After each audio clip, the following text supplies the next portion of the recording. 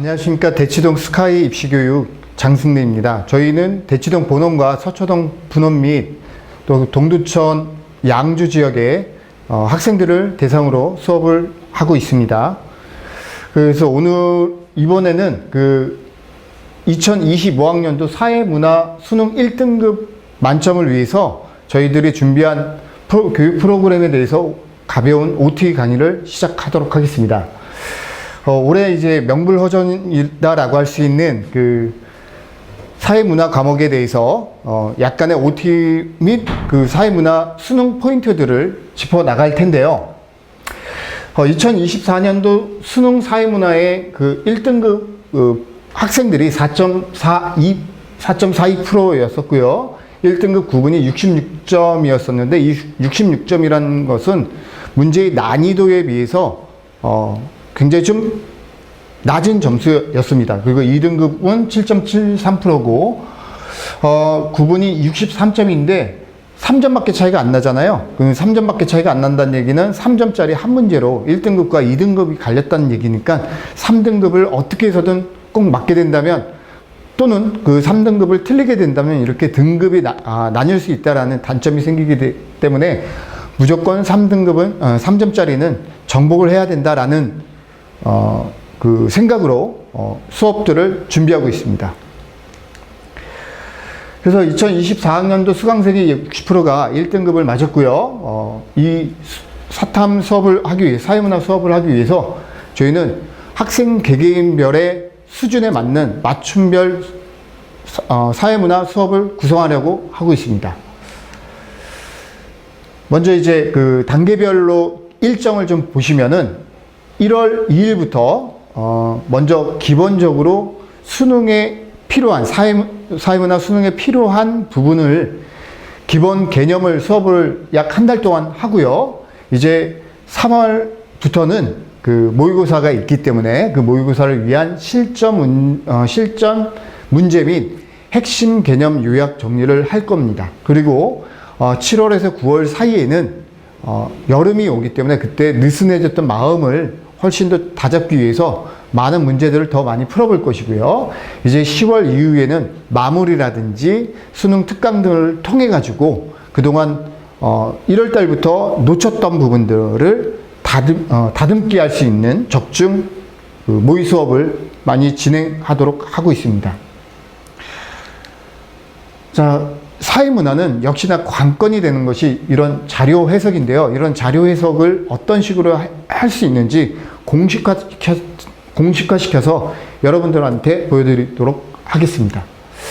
자, 먼저 이제 사회문화라는 과목은 원래 사회문화라는 과도 대학에는 없습니다. 근데 이 사회문화라는 과목이 생기게 되면서 이제 사회 시간이나 사회과에서 필요한 기본적인 과목들과 여러 가지 이론들을 사회문화 시간에 공부를 함으로써 이제 나중에 대학에 들어가서도 훨씬 더 논문을 쓴다든지 또는 사회과학을 연구할 수 있는 기초적인 방향을 제시해 주는 것이 바로 이 사회문화라는 과목입니다.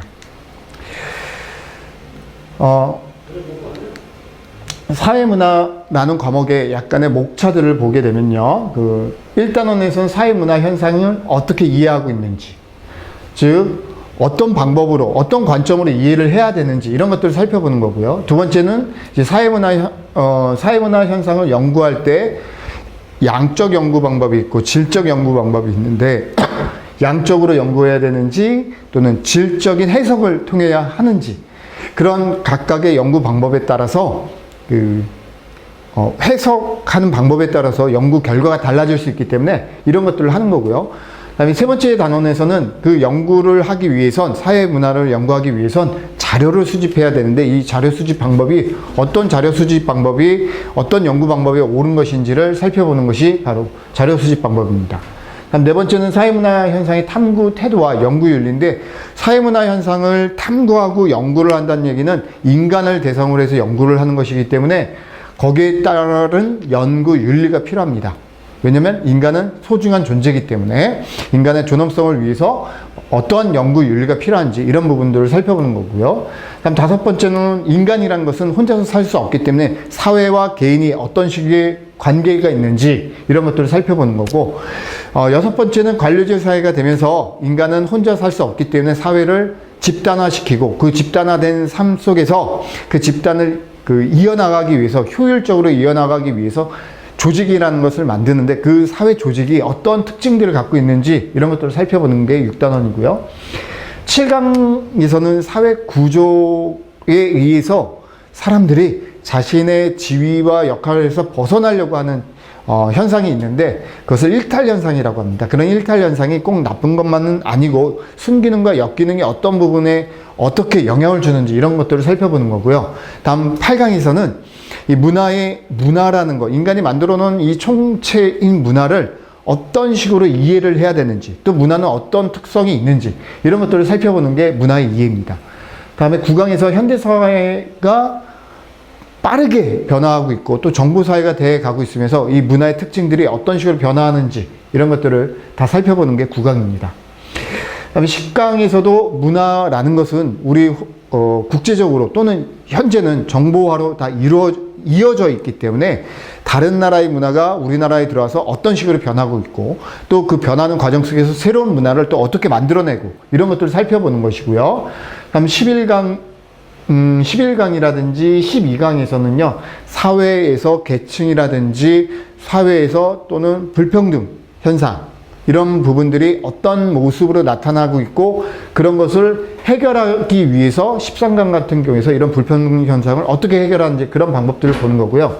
14강이나 15강 같은 경우에서도 사회 불평등 현상이나 사회의 어떤 부조리화 현상을 사회적으로 어떻게 해결해 나가는지 여러 가지 방법들을 3가지 방법이 있는데 그 3가지 방법들에 대해서 살펴보는 것이고요. 이제 16강 같은 경우에는 현대 사회에는 여러 가지 문제점들이, 사회 문제점들이 많이 발생하고 있는데 이것이 한 국가만의 문제가 아니라 전 지구적인 문제이기 때문에 그 전 지구적인 문제 속에서 어떤 식으로 문제를 만들어 해결해 나가고 있는지 이런 부분을 살펴보는 것이 16강입니다.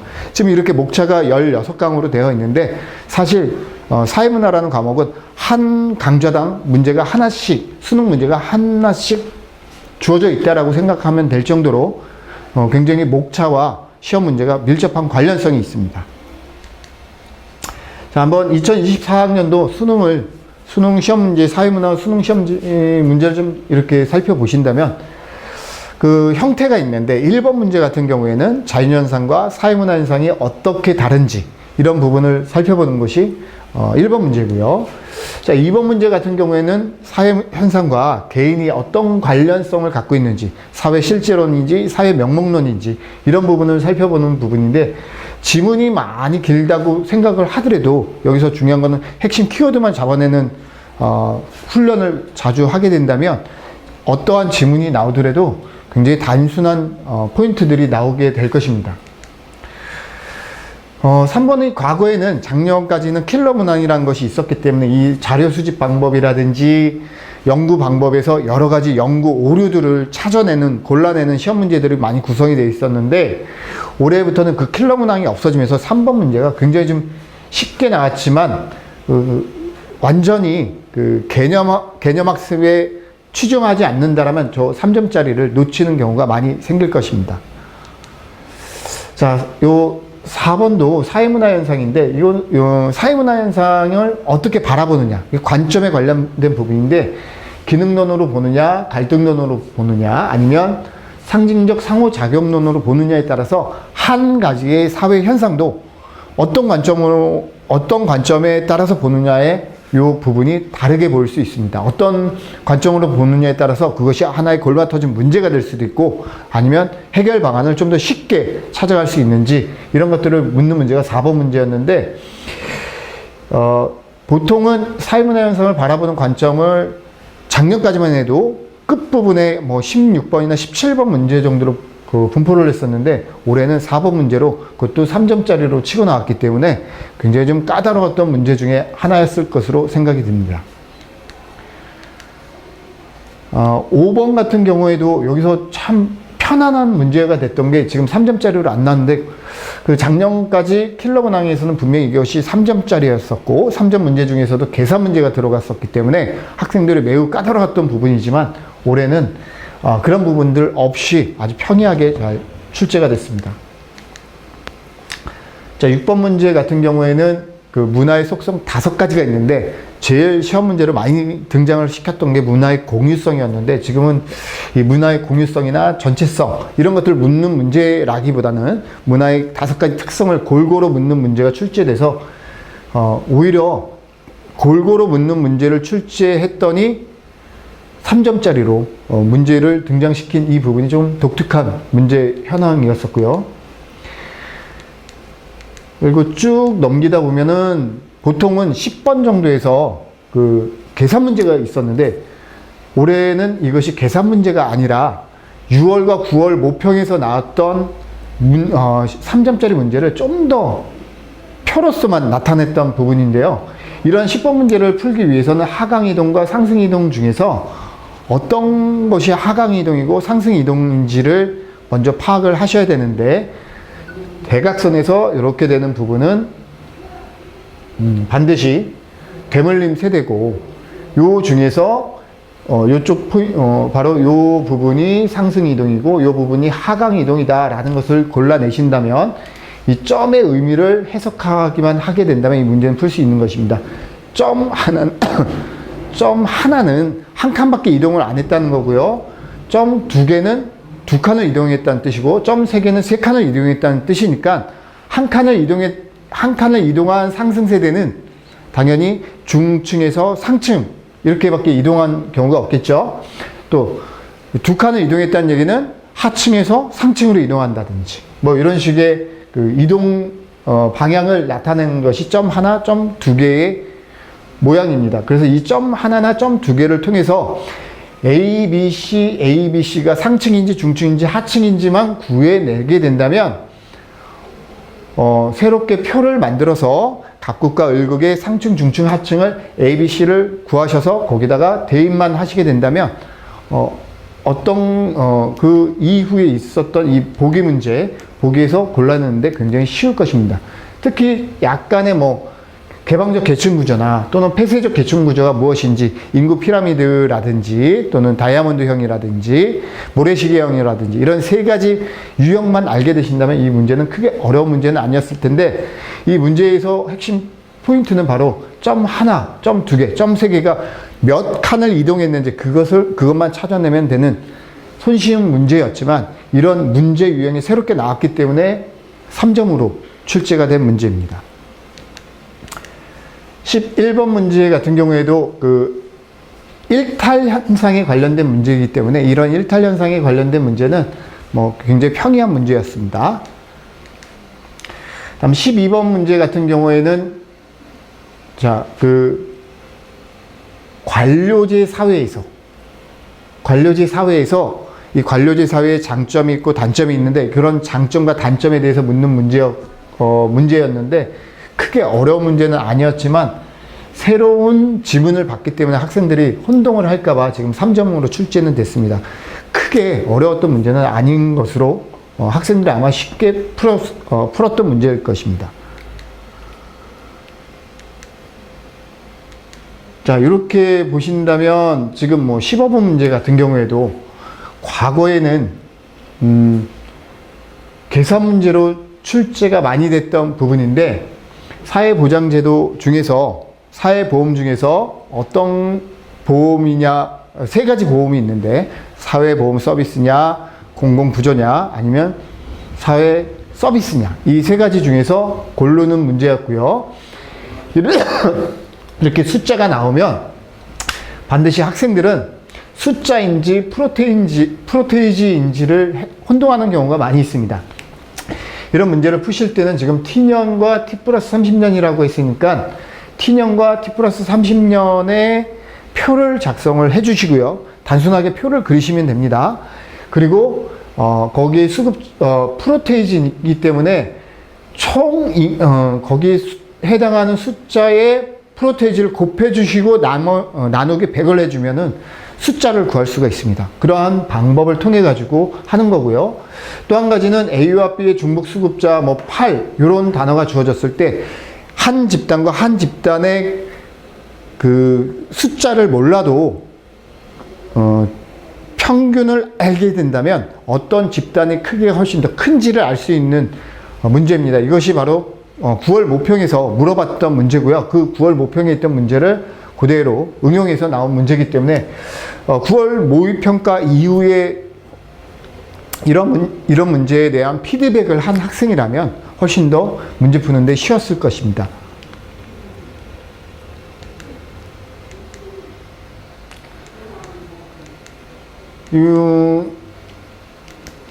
이 18번 문제도 이제 3점으로 나온 문제인데, 최근에 굉장히 많이 그 사회적인 이슈가 되고 있는 것이 두 가지 문제가 있는데, 하나는 저출산, 또 하나는 환경 문제. 이런 문제들이 많이 나오고 있고, 사회적인 문제, 사회 문제를 다루는 부분이 지금 3년째 출제가 되고 있는데, 그런 부분에 대해서 사회 문제가 무엇인지, 이런 사회 운동이 무엇인지, 이런 것들을 살펴보는 문제라고 할 수 있습니다.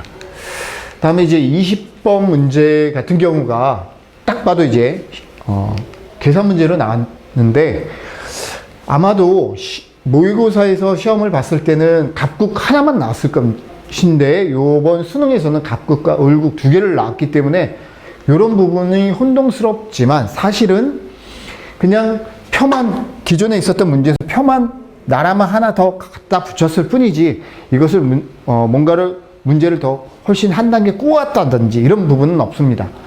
자, 이렇게 저출산 문제가 나왔을 때 반드시 중요한 부분이 이 밑에 있었던 조건이고요. 조건이 지금 3개가 나왔는데, 이 조건을 3개를 차례 다 대입을 시키면 되는 것이기 때문에, 이런 문제에서 중요한 거는 먼저 이제 료령화 지수가 무엇인지, 이 부분과 또 여기서 경제활동 인구, 즉 15세에서 64세 인구 비율이 지금 이렇게 나와 있는데요.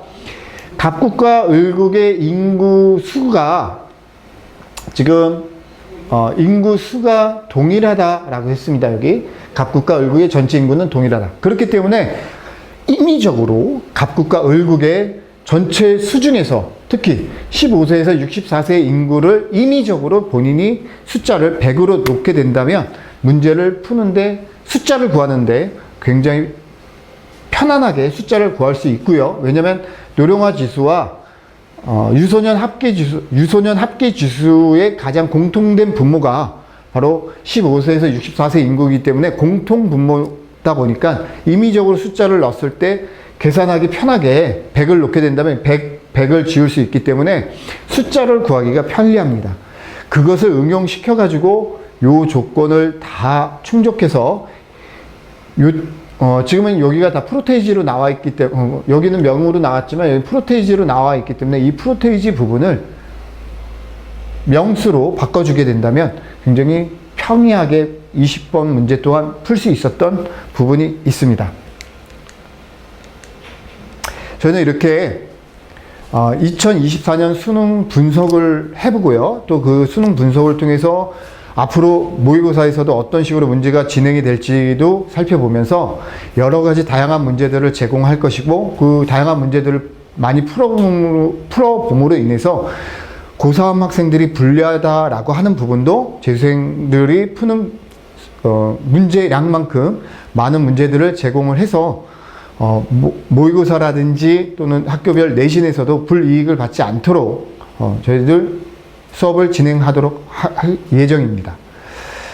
이렇게 2025학년도 사회문화 특강 오리엔테이션을 대치 본원과 서초 분원 및 또 동두천 양주 분원에서 저희가 동시에 진행을 하려고 하고 있으니 많은 문의 부탁드리겠습니다. 감사합니다.